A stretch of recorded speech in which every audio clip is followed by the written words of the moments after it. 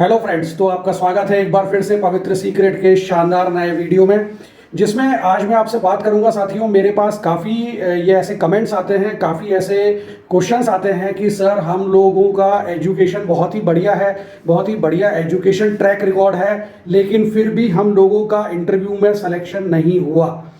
अब इंटरव्यू में सिलेक्शन नहीं हुआ तो क्यों नहीं हुआ, क्या वजह रही, इसके बारे में डिटेल से मैं आज आपको बताऊंगा कि ऐसी क्या बातें हैं जो कि इंटरव्यू में जांची जाती है, चेक की जाती है, लेकिन आपको पता नहीं है। क्योंकि शुरुआत से ही, बचपन से ही आपको ये बताया गया कि अगर जितना आप पढ़ाई पे जोर देंगे उतना आपका कैरियर अच्छा बनेगा। ये लाइन आपके दिमाग में रटा दी गई। लेकिन साथियों, आपको जान के बड़ा ही आश्चर्य होगा कि जो इंटरव्यू असेसमेंट शीट होती है, ये इंटरव्यू असेसमेंट शीट क्या होती है। ये शीट वो होती है कि जब आप इंटरव्यू देने जाते हैं तो जो इंटरव्यूअर होता है, जो आपका इंटरव्यू ले रहा होता है, उसके हाथ में एक शीट होती है, उसे कहते हैं इंटरव्यू असेसमेंट शीट। उस शीट के अंदर डिफरेंट पॉइंट्स होते हैं, लगभग 12 से 15 पॉइंट होते हैं, जिस पर कि वो इंटरव्यूअर आपको जज करता है। वो पॉइंट्स क्या हैं साथियों, वो जानना आपके लिए बेहद जरूरी है। जब आप वो पॉइंट्स जानेंगे एज ए स्टूडेंट या एज ए एक्सपीरियंस्ड पर्सन या एज ए आप जो है फ्रेशर इंटरव्यू देने जा रहे हैं, आपको यह पता रहेगा मेरी परफॉर्मेंस किन पॉइंट्स पे जज की जाती है। दैट इज एब्सोल्युटली इंपॉर्टेंट ये भी है कि आपने बहुत ही बेहतरी से पढ़ाई करी, बहुत ही बेहतरी से आप जीवन में आगे बढ़े, लेकिन सिर्फ यही पॉइंट इंपॉर्टेंट नहीं है, और भी अलग से 10 से 12 15 पॉइंट इंपॉर्टेंट होते हैं जो कि इंटरव्यूअर आप में देखता है, आपकी पर्सनालिटी में देखता है। तो साथियों, मेरा वीडियो एंड तक देखिएगा और इस वीडियो को लाइक जरूर करिएगा अगर आपको पसंद आए, और मेरे इस चैनल को सब्सक्राइब जरूर करिएगा ताकि आपको इसी तरह के शानदार वीडियो मैं जब शेयर करूं तो आपको मिलते रहें। तो साथियों, चलते हैं हम इंटरव्यू असेसमेंट शीट की तरफ और देखते हैं कि उनके उस शीट में क्या क्या ऐसी पॉइंट्स है, क्या क्या ऐसे कंटेंट हैं जो कि आपके लिए जानना बेहद जरूरी है और आपके जीवन के लिए बेहद जरूरी है। उसको जाने बिना आपका किसी भी इंटरव्यू में सिलेक्शन नहीं होगा साथियों। जब आप पूर्व पहले से तैयारी करेंगे तभी ये सब हो पाएगा। तो आइए चलते हैं बिना टाइम वेस्ट किए इंटरव्यू असेसमेंट शीट की तरफ। तो साथियों, ये रही आपकी इंटरव्यू असेसमेंट शीट। यह किसी भी कंपनी की इंटरव्यू असेसमेंट शीट नहीं है दोस्तों, यह जो है, लेकिन यह एक एवरेज इंटरव्यू असेसमेंट शीट जो होती है, जो कि अधिकतर कंपनियों में ये ही कंपनीज के अंदर ये ही इसी तरह के पॉइंट्स लिखे होते हैं जिस पर इंटरव्यूअर यानी जो आपका इंटरव्यू ले रहा है वो आपको जज करता है। तो आइए चलते हैं। उसमें सबसे पहला जो पॉइंट है साथियों, वो है trend of performance and professional growth. अच्छा, ऊपर देखिए तो आप यहां देखिए कि यहां पर कैंडिडेट का नाम है, यहां पर आपका नाम लिखा होगा, यहां जो इंटरव्यूअर है यानी जो आपका इंटरव्यू ले रहे हैं उनका नाम यहां पे लिखा होगा, पोजीशन अप्लाइड फॉर, किस पोजीशन के लिए ये इंटरव्यू हो रहा है उसके बारे में यहां लिखा होगा, और यहां पर जिस दिन आपका इंटरव्यू हो रहा है वो यहां पर डेट होगी। ये सभी फॉर्म्स में ऊपर की तरफ इस तरह से फॉर्मेट होता है, वह यहाँ पर ये इस तरह चारों एंट्रीज होती हैं। आइए अब चलते हैं इंटरव्यू असेसमेंट शीट के पहले पॉइंट की तरफ, जो कि आपके अंदर यानी आपकी पर्सनालिटी में जो चीज देखी जाएगी वो पहला है trend of performance and professional growth. साथियों ध्यान से सुनिएगा, trend of performance and professional growth मतलब अगर आप एक्सपीरियंस्ड बंदे हैं तो आपकी प्रीवियस कंपनी में परफॉर्मेंस, उससे प्रीवियस कंपनी में परफॉर्मेंस, लगातार आप प्रमोट हो रहे हैं या नहीं हो रहे हैं, या एटलीस्ट आप उसी डेजिग्नेशन पे बने हुए हैं, आपकी सैलरी इंप्रूव हो रही है नहीं हो रही है, ये सब चीजें बहुत ही अच्छे से नोटिस की जाती है अगर आप एक्सपीरियंस्ड बंदे हैं तो। अगर आप फ्रेशर हैं उस केस में ये देखा जाता है कि आपका 10th में परसेंटेज कितना है, देन 12th में परसेंटेज कितना है, देन आपका ग्रेजुएशन में परसेंटेज कितना है। आइदर वो बढ़ रहे हैं परसेंटेज या वो एटलीस्ट एक स्थिर स्थिति में है, एक अच्छी स्थिति में है। सपोज 10th में 70% है, 12th में आपके 80% है, तो उसको बहुत ही अच्छा से माना जाएगा, क्योंकि ये दिखाता है कि आप ग्रेजुअली अपने आप में इंप्रूव कर रहे हैं। ग्रेजुएशन में अगर आपके फिर से 80 की बजाय अगर 78 इज ओके, लेकिन 70 is again a good percentage. BTech in 70%, वो ऑनर्स में बीटेक कहलाती है, तो 70% इज ए गुड परसेंटेज। अगर उसके बाद पोस्ट ग्रेजुएशन है, देन उसमें आपका परफॉर्मेंस कैसा है, आपने पीएचडी की है, देन उसमें आपका परफॉर्मेंस कैसा है, तो लगातार ग्रेजुअली वो परफॉर्मेंस इंप्रूव हो रहा है या कभी वो परफॉर्मेंस अगर इंप्रूव नहीं होता है तो फिर उसका स्पेसिफिक रीजन आपसे पूछा जाएगा कि भाई आपका 10th में अच्छा परसेंटेज है, ग्रेजुएशन में अच्छा परसेंटेज है, पोस्ट ग्रेजुएशन में अच्छा परसेंटेज है, लेकिन 12th में अच्छा क्यों नहीं है। उसका कोई स्पेसिफिक रीजन होगा आपके पास, वो आपको इंटरव्यूअर को आपको आंसर देना होगा दोस्तों। अगला जो हमारा सबसे इंपॉर्टेंट पॉइंट है वो है problem solving and analytical skill. आइए चलते हैं अब दूसरे पॉइंट की तरफ जो है कि problem solving and analytical skill. अब देखिए साथियों, problem solving and analytical skill यानी कि आप डाटा के साथ में कितना खेल सकते हैं, डाटा डिगिंग कितनी कर सकते हैं। साथियों आजकल यही बहुत इंपॉर्टेंट है, बिकॉज अगर आप टेक्निकल फील्ड में हैं तो वहां आपको मशीन्स के और डिफरेंट जो जनरेटर्स हैं, ट्रांसफार्मर्स हैं या आपके पंप्स हैं, उन सबका डाटा एनालिसिस रेगुलर बेसिस पे करना होता है। अगर आप फाइनेंस में हैं तो फाइनेंस तो पूरा ही डाटा पे चलता है। अगर आप किसी भी डिपार्टमेंट और किसी फील्ड में हैं, बीकॉम में हैं, आप बीए कर रहे हैं, सब कुछ आजकल साथियों एंड प्रेजेंट ट्रेंड डाटा पे ही चलता है। तो आपकी एनालिटिकल स्किल को जांचना बहुत जरूरी है। उसके लिए जो इंटरव्यूअर है वो पहले टेस्ट लेता है कि भाई इनकी एनालिटिकल स्किल को चेक कर ले, प्रॉब्लम सॉल्विंग स्किल को चेक कर ले कि ये कितना फास्ट इनका जो है डाटा के साथ खेलना है, ये कितना एक्यूरेटली डाटा डिगिंग कर सकते हैं। साथियों इन सब चीज़ों के बारे में मैं आगे भी और इन डेप्थ इंटरव्यूज बनाऊंगा। सो मेरा ये चैनल आप सब्सक्राइब जरूर कर लें ताकि आपको इसी तरह के शानदार वीडियो जो आपकी लाइफ को बना देंगे वो आपको मिलते रहें। सो अब थर्ड जो पॉइंट है साथियों वो है रिक्विजिट स्किल फॉर पोजीशन, यानी कि जिस पोजीशन के लिए मैंने ये हायरिंग कर रहा हूं, यानी कि मेरा ह्यूमन रिसोर्स डिपार्टमेंट को बोला गया है कि इस स्किल के लिए हायरिंग करनी है और जिसके लिए आपको यहाँ बुलाया गया है, तो इंटरव्यूअर ये देखता है कि वो स्किल आप में है नहीं। यानी कि अगर मुझे फाइनेंस हेड की पोजीशन पर बंदा लेना है तो मैं ये देखूंगा आपने सीए कहाँ से करी है, आपका एक्सपीरियंस ऑफ वर्क कितना है, at least 10 to 12 year of experience होना चाहिए अगर आप हेड ऑफ फाइनेंस के लिए मैं लेता हूं। अगर मैं असिस्टेंट ऑफिसर यानी लोअर ग्रेड में फाइनेंस के लिए लेता हूं तो मैं देखूंगा आपका बीकॉम की परसेंटेज, एमकॉम की परसेंटेज, 10th 12th की परसेंटेज विद आपका experience in the similar field और आपने किन किन कंपनीज में किस किस प्रोफाइल के साथ में काम किया है। फाइनेंस के अंदर भी डिफरेंट फील्ड होती है, जैसे अकाउंट्स होता है और भी तरह के टैक्सेस होते हैं, उन सब के अंदर भी आपका एक्सपीरियंस देखूंगा अकॉर्डिंग टू द मुझे क्या स्किल चाहिए। स्किल वो होती है दोस्तों जो कि आप ग्राउंड पर परफॉर्म करते हैं, कंपिटेंसी वो होती है जो आप में है, जो स्किल आप परफॉर्म, और स्किल क्या होती है जो आप ग्राउंड पर अपनी कंपिटेंसी यूज करके ग्राउंड पर परफॉर्म कर रहे हैं, वो स्किल होती है। नेक्स्ट जो पॉइंट देखा जाता है जिसके लिए आप कहते हैं कि जो है मैं काफ़ी जो है मेहनत कर रहा था एजुकेशन में लेकिन इंटरव्यू में सिलेक्शन नहीं हुआ, क्योंकि देखिए यहाँ पर एजुकेशन का पॉइंट है सिर्फ एक, ठीक है, एजुकेशन का पॉइंट है सिर्फ एक, बाकी जो 11 पॉइंट्स हैं वो सारे अलग हैं। या दोस्तों साथियों बहुत ध्यान से सुनिए, एजुकेशन में आपका देखा जाएगा कि आपका रेगुलर एजुकेशन में इंप्रूवमेंट है कि नहीं। अगर रेगुलर इंप्रूवमेंट है देन आपको यहां पे देखिए किन कैटेगरीज पर मार्क्स मिलते हैं। Not acceptable, fair, acceptable, exceeds, exceptional. Means अगर आपके नॉर्मल परसेंटेज हैं तो आपको फेयर रेटिंग में डाल देंगे, अगर आपके अच्छे एजुकेशन में परसेंटेज हैं तो आपको एक्सेप्टेबल में करेंगे, अगर आपके 70% है through out 10th 12th graduation post graduation तो आपको एक्सीड्स में कर देंगे, अगर आपके ग्रेटर देन 85% हैं देन आपको फिर एक्सेप्शनल में डाल देंगे।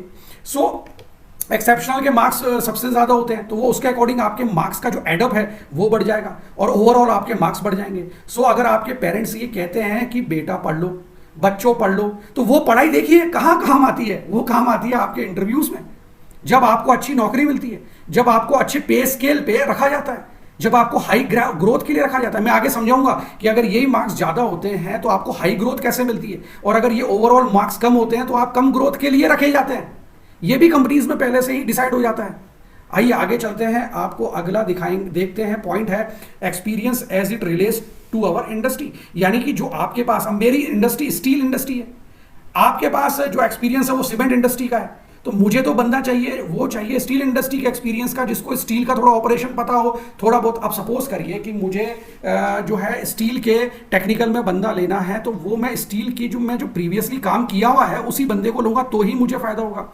तो यहाँ पर ये पॉइंट भी बड़ा इंपॉर्टेंट हो जाता है कि experience as it relates to our industry. और आप तो सोचते हैं कि मेरा तो एकेडमिक अच्छा है, मेरा सब कुछ अच्छा है, मैं क्यों सेलेक्ट नहीं हो रहा हूँ। अरे भाई ये पॉइंट्स भी देखिए ध्यान से, किन किन पॉइंट्स पे आपको जज किया जा रहा है। Ability to express oneself, अगला point, ability to express oneself. आपको हमेशा इंटरव्यू में साथियों ये क्वेश्चन पूछा जाता है, आप फर्स्ट सीट पर बैठते हैं तो इंटरव्यूअर आपसे पहला क्वेश्चन पूछते हैं, ओ मिस्टर विकास या mister Gupta please tell me about yourself. ये सब क्यों पूछते हैं? क्योंकि वो ये देखना चाहते हैं कि आप अपने आप को कैसे एक्सप्रेस करते हैं। What are your hobbies, what are your habits, what the things you like the most in your vacant time। सो ये सब चीजें क्या करती है, जब आप इनका आंसर देते हैं, अपने आप को एक्सप्रेस करते हैं, तो इंटरव्यूअर आपको जज करता है कि आप अपनी लाइफ को, अपनी पर्सनल लाइफ को, प्रोफेशनल लाइफ को किस तरह से लेते हैं। ओपन माइंडेड लेते हैं, विद ग्रोथ माइंडसेट लेते हैं, या नेगेटिव माइंडसेट के साथ लेते हैं। नेक्स्ट पॉइंट पे चलते हैं साथियों। तो अगला पॉइंट जो कंसीडर किया जाता है for the candidate selection is the personal characteristics, attitude, appearance and personality. बहुत इंपॉर्टेंट है साथियों, आपका एटीट्यूड चेक करना कि आप पॉजिटिव एटीट्यूड के साथ लाइफ में आगे रन करते हैं कि नहीं करते हैं। उसके लिए आपसे जो है डीप डिगिंग क्वेश्चन पूछे जाते हैं। जैसे कई बार आपसे पूछा जाएगा कि आप अपनी लास्ट जो ऑर्गेनाइजेशन है, जो आप क्यों क्विट करना चाह रहे हैं उसको, तो आप उसका जवाब देंगे। आपसे कहा जाएगा कि अगर आपसे पूछा जाएगा कि अगर आप वो लास्ट ऑर्गेनाइजेशन क्विट करते हैं और अगर आप मेरी ऑर्गेनाइजेशन में आते हैं तो आपकी कंपनी उस पर आपको क्या कहेगी, या क्या कहना चाहती है, या क्या कह रही है। नेक्स्ट आपका देखा जाता है अपीयरेंस, कि आप जो है जिस पोजीशन के लिए मैं ले रहा हूं, हेड पोजीशन के लिए, तो उस अपीयरेंस में आप फिट बैठते नहीं बैठते हैं। उसके बाद आपकी पर्सनैलिटी, कि आप सपोज करिए कि मुझे किसी कंपनी का सीईओ लेना है, अब उस बंदे की पर्सनैलिटी भी सीईओ की तरह के से ही होनी चाहिए। उसके बैठने का ढंग, उसके उठने का ढंग, उसके चलने का ढंग, उसके बात करने का ढंग, उसके कन्वर्सेशन करने का ढंग, उसके कम्युनिकेशन करने का ढंग, एक एक चीज मैटर करती है दोस्तों, एक एक चीज मायने रखती है। इन सब बातों की आप अभी से तैयारी करेंगे तब ही कुछ आगे बन पाएगा, वरना आप हाथ मलते रह जाएंगे। जो लोग इन चीजों पे काम करेंगे, तैयारी करेंगे, वो आपसे आगे निकल जाएंगे। आप कहेंगे ओहो ये तो मेरे भाग्य का, मेरी तो किस्मत ही खराब है। अरे किस्मत खराब नहीं है, कई बार ठीक है, कुछ केसेस में हो सकता है किस्मत खराब है। किस्मत कहां खराब हो सकती है कि भाई मैं एक जो है वो वेकेंट सीट थी लेकिन आ गए 10 बंदे, तो वहां पर ठीक है आप भी हुनरमंद है, एक और हुनरमंद है, किसी एक को लेना है। लेकिन ये इसमें किस्मत का कोई खेल नहीं है कि अगर आप बिना तैयारी किए जा रहे हैं और फिर आप किस्मत को दोष दे रहे हैं। तो आइए अगले पॉइंट पे चलते हैं, वो है self confidence and business maturity. यानी कि आप में सेल्फ कॉन्फिडेंस कितना है वो हमेशा इंटरव्यूअर चेक करते हैं। वो उसके लिए कैसे चेक करेंगे, आपसे पूछा जाएगा अगर आप इस इंटरव्यू में सेलेक्ट नहीं होते हैं तो आप अपने आप को और अपनी लाइफ को कैसे लेंगे, तो इससे वो आपका कॉन्फिडेंस चेक करते हैं। बिजनेस मैच्योरिटी में आता है कि आप जिस बिजनेस में आ रहे हैं, यानी जिस कंपनी में आप इंटरव्यू दे रहे हैं, अगर आप सेलेक्ट हो जाते हैं, उस बिजनेस के बारे में आपको कितनी नॉलेज है। आपको गूगल आउट करके जाना होगा जब भी आप इंटरव्यू देने जा रहे हैं। कि सपोज करिए किसी आप फर्टिलाइजर कंपनी में इंटरव्यू देने जा रहे हैं, देन आपको गूगल आउट करके जाना पड़ेगा फर्टिलाइजर के बारे में। फर्टिलाइजर का मार्केट कैसा है, फर्टिलाइजर की बिग मार्केट कैप कंपनीज कौन कौन सी हैं, उनका प्रॉफिट क्या क्या है, वो लोग कैसे काम करते हैं, फर्टिलाइजर का बिजनेस कैसे रन होता है। वो आपसे ये सब सवाल पूछते हैं, कोई जानना चाहते हैं कि आप सिर्फ जो है, मैं रॉ लैंग्वेज में कहूं कि आप सिर्फ मुंह उठा के तो नहीं आ गए इंटरव्यू देने, या आप इस इंटरव्यू को सीरियसली लेके आप तैयारी करके आए हैं, या जिस प्रीवियस कंपनी में थे उस कंपनी में आप अपनी ब्रॉड मानसिकता के साथ काम करते थे और वहां पर आपने अच्छे से काम करते हुए इन चीजों को पहले से समझा है और अब आप यहां आराम से समझा पा रहे हैं फर्टिलाइजर को। साथियों आप समझ रहे हैं ना मेरी बात। इस वीडियो को एंड तक देखिए, इसमें अभी और भी मैं आपको ऐसी अमेजिंग फैक्ट्स बताऊंगा जो आपको इंटरव्यू क्रैक करा के ही रहेंगे। नेक्स्ट है साथियों, आपसे पूछा जाएगा कल्चर ऑफ फिट के बारे में, आपके पर्सनालिटी को जांचा जाएगा। कल्चर फिट क्या होता है, हर एक इंडस्ट्री का अपना अपना एक कल्चर होता है, अपना अपना एक जो है स्टाइल ऑफ वर्क होता है। मीन्स अगर आप किसी एजुकेशन इंडस्ट्री में तो उसका एक कल्चर होगा, उसका एक तरीका होगा काम करने का। अगर आप एक स्टील इंडस्ट्री में उसका एक कल्चर होगा, उसका एक तरीका होगा। अगर आप एक सीमेंट इंडस्ट्री में तो उसका एक अपना तरीका होगा। अगर आप एक गवर्नमेंट एजेंसी में हैं उसका अपना एक तरीका होगा। अगर आप डिफेंस में हैं तो उसका एक कल्चर होगा। तो उस कल्चर में ये बंदा फिट बैठेगा नहीं बैठेगा। अब मैं एक कमजोर सा बंदा है जो कभी दौड़ा नहीं है, भागा नहीं है, जिसको फिजिकल वर्क नहीं किया है, उसको मैं डिफेंस कंपनी में या डिफेंस के काम के लिए कैसे ले सकता हूं, या किसी ज्यादा फिजिकल काम के लिए मैं उसको कैसे ले सकता हूं। ये इंटरव्यूअर चेक करता है साथियों। तो अगर आप किसी ऐसे इंटरव्यू में जा रहे हैं जहां पर बहुत ज्यादा फिजिकल वर्क होने की अंदेशा है, तो आपको अपने आप को फिजिकली फिट बताना होगा और आपको उनको ये बताना होगा कि मैं पहले से ही फिजिकली फिट होने के लिए जिम की एक्सरसाइज करता रहता हूं, कर रहा हूं, और मैं इस तरह से रन कर सकता हूं, और मैं पिछली कंपनी में इस तरह के स्टैंडिंग वर्क में इतने आवर्स मैं काम करता हूं। ये आपको खुद से उनको बताना होगा, उनको जज करते हुए। आपको भी उनको जज करना है, वो भी आपको जज करेंगे, इसमें म्यूचुअल चलता है। साथियों अगला पॉइंट है leadership and management skill.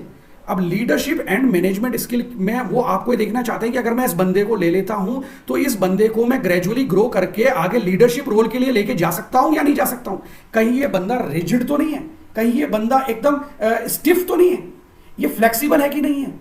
Flexible ही विजय पाता है दोस्तों, मेरी बात ध्यान से रखिएगा। हर चीज में फ्लेक्सिबल ही, हर जितनी टहनी फ्लेक्सिबल होती है वो हर तूफान को झेल लेगी, टूटेगी नहीं। वो इंटरव्यूअर भी आप में यही चेक करता है कि इस बंदे में जो है वो लीडरशिप और मैनेजमेंट स्किल्स की कितनी पॉसिबिलिटी है। वो आपसे पूछेंगे कि अगर मैं आपको आपके सेक्शन का हेड बना दूं तो आप अपने सेक्शन को किस तरह रन करेंगे, या वो आपसे पूछेंगे कि मैं आप आज से अपने आप को आप 5 साल बाद किस पोजीशन पे देखना चाहते हैं या कहां देखना चाहते हैं। तो इस क्वेश्चंस को पूछ के वो आपकी लीडरशिप और मैनेजमेंट स्किल्स को चेक कर रहे हैं। वो आपसे पूछेंगे कि इन सब चीजों को पाने के लिए, जहां 5 साल आपने बोल दिया मैं हेड के पोजीशन पर अपने आपको देखना चाहता हूं, वो आपसे पूछेंगे नेक्स्ट क्वेश्चन की उसके लिए आप क्या क्या एक्टिविटीज करेंगे, आप क्या क्या एक्शन लेंगे, आप क्या क्या गोल्स बनाएंगे उस चीज को पाने के लिए। उससे वो ये पता लगा लेंगे कि आप में लीडरशिप या मैनेजमेंट स्किल है या नहीं। नेक्स्ट पॉइंट है साथियों जिस पर वो जो है काम करेंगे वो है ऑर्गेनाइजेशन एंड कम्युनिकेशन स्किल। अब ऑर्गेनाइजेशनल एंड कम्युनिकेशन स्किल बहुत इंपॉर्टेंट है। आप जब उनसे बात कर रहे हैं, कम्युनिकेट कर रहे हैं, तो आपके हाथों का मूवमेंट, आपकी आंखों का मूवमेंट, आपकी बॉडी लैंग्वेज, आपकी रीढ़ की हड्डी जो है वो सीधी है कि नहीं है। अब कितना इंपॉर्टेंट है, आप कमर झुका के बैठे हुए हैं, अरे झुकी हुई कमर से क्या आप काम करेंगे। कमर सीधी है कि नहीं है, आंखों में तेज कितना है, बॉडी लैंग्वेज, हाथों का मूवमेंट कैसा हो रहा है, एक जो है भीनी सी मुस्कुराहट है कि नहीं चेहरे पर। ये सब चीजें बहुत मायने रखती है साथियों। आप मेरी बात को बहुत ध्यान से सुनिए और इसको गंभीरता से लीजिए। नेक्स्ट जो लास्ट पॉइंट है but not the least, capacity for future development. वो ये देखना चाहते हैं कि ये बंदा मेरे ऑर्गेनाइजेशन के फ्यूचर डेवलपमेंट में इंपॉर्टेंट रोल अदा करेगा या नहीं करेगा, या उसके लिए क्या ये जब ही होगा साथियों जब वो आपके अंदर भी फ्यूचर डेवलपमेंट का स्कोप देखेगा। जब आप फ्यूचर डेवलपमेंट के लिए तैयार होंगे देन उस कंपनी को भी आप फायदा दे पाएंगे प्रोपोर्शनल में। तो साथियों अभी आप ये चीज देखिए कि यहां पर एजुकेशन का सिर्फ एक पॉइंट है और बाकी 11 पॉइंट्स दूसरे हैं जो कि आपको कभी भी कॉलेज में नहीं बताए जाते हैं। किसी भी कॉलेज में ये नहीं बताया जाता कि भाई तुम लोग जो आगे आप कॉलेज पास करने के बाद सीधे उसको इंटरव्यू में बैठा दिया जाता है स्टूडेंट को, या जो एक्सपीरियंस्ड बंदा है उसको भी। एवरेज मैंने नोट किया है कि जो है किसी को पता, चूंकि मैं एचआर फील्ड का बंदा हूं तो मुझे ये सब चीजें पता है, इसलिए मैंने आप लोगों के साथ शेयर करना ठीक समझा ताकि आप ये सब चीजें समझ के जान के नेक्स्ट इंटरव्यू जब आप देने जाएं तो उसके लिए अच्छे से इन्हीं पॉइंट्स के हिसाब से तैयारी करके जाएं। ठीक है, नहीं होता है कोई बात नहीं, तो आप नेक्स्ट कंपनी में जाएंगे, उससे नेक्स्ट कंपनी में जाएंगे, कभी ना कभी तो आपको सफलता मिलनी है अगर आप अच्छे से तैयारी करके गए। अगर आप अच्छे से तैयारी करके नहीं गए तो आप कितनी भी कंपनियों में चले जाएं साथियों, आपका सिलेक्शन नहीं होगा। अगर आप इन पॉइंट्स पे गंभीरता से काम करेंगे तभी आपका सिलेक्शन होगा। आइए अब देखते हैं यहाँ पर, यहाँ ओवरऑल स्कोर जो है वो देखिए यहाँ पे लिख देगा, जो इंटरव्यूअर है आपका वो यहाँ पे ओवरऑल स्कोर लिख देगा। अब ओवरऑल स्कोर के लिए आप एक बार यहाँ आइए, यहाँ पे 12 पॉइंट्स हैं, एक पॉइंट के 4 मार्क्स हैं। अगर सपोज करिए वो 12 पॉइंट्स पर आपको 4 मार्क्स दे देता है तो उसको 48 मार्क्स उसके यहाँ हो जाएंगे। अगर 48 मार्क्स हो जाते हैं तो उसका जस्ट हाफ जो होता है वो 24 होता है। अगर आपके लेस देन 24 पॉइंट्स आते हैं तो आपको लिख दिया जाएगा रिकमेंडेड एज नो हायर। अगर 24 टू 32 पॉइंट्स हैं तो लिखा जाएगा recommended as an adequate hire. अब ध्यान से देखिए साथियों, अगर आपके ग्रेटर देन 32 पॉइंट्स हैं तो लिखा जाएगा recommended as a top grade hire, यानी कि आपको बहुत ही फास्ट पेस पे आगे बढ़ाया जाएगा। हर 2 साल में आपकी परफॉर्मेंस चेक करके आपको प्रमोट किया जाएगा, आपको नए तरीके से ट्रेनिंग्स दी जाएगी ताकि आप अगले पोजीशन के लिए तैयार हो सकें। ये सब पहले ही जो है इंटरव्यूअर देख लेता है आपकी पर्सनालिटी के अंदर। रिकमेंडेशन फॉर हायर, अब देखिए वो इस बॉक्स में जो है वो आपको बताएगा कि इस बंदे को लेना है तो यस पे टिक करेगा, नहीं लेना है तो नो पे टिक करेगा। Interviewer comments and reason supporting recommendation, अगर इंटरव्यूअर को कोई कमेंट लिखना है तो वो यहाँ पर कमेंट लिखेंगे और अपने सपोर्टिंग रिकमेंडेशन लिखेंगे कि मैं इस बंदे को लेना चाहता हूँ और उसकी मेन रीजंस ये हैं, वो इस बॉक्स के अंदर लिख देंगे। नीचे इंटरव्यूअर साइन कर देंगे डेट के साथ में, and then please return completed form to human resource as soon as possible after the interview, और इस फॉर्म को ह्यूमन रिसोर्स डिपार्टमेंट में सबमिट कर दिया जाएगा। वैसे तो अधिकतर सभी इंटरव्यूज में ह्यूमन रिसोर्स डिपार्टमेंट के एक रिप्रेजेंटेटिव या हेड एचआर हर इंटरव्यू में मौजूद रहते हैं। अगर कभी बाई चांस ना भी रहें तो उनको फिर एचआर को ये फॉर्म सबमिट कर देना होता है। तो साथियों, आपने इस वीडियो में ये समझ लिया, आज ये रहस्य जान लिया कि किस तरीके से इंटरव्यू में सिलेक्शन होता है, और आपको ये सारा रहस्य, सारा खेल आई थिंक आज समझ में आ गया होगा। अगर नहीं आया, आपके कुछ क्वेश्चंस हैं तो मुझे कमेंट बॉक्स में लिख के जरूर बताएं, मैं उस पर फिर से नए वीडियो बता के आपको पूरे अच्छे से एक्सप्लेन करूंगा। Thank you very much. Next ऐसे ही इंटरेस्टिंग वीडियो में फिर से मुलाकात होगी। तब तक के लिए पवित्र सीक्रेट की तरफ से गुड बाय।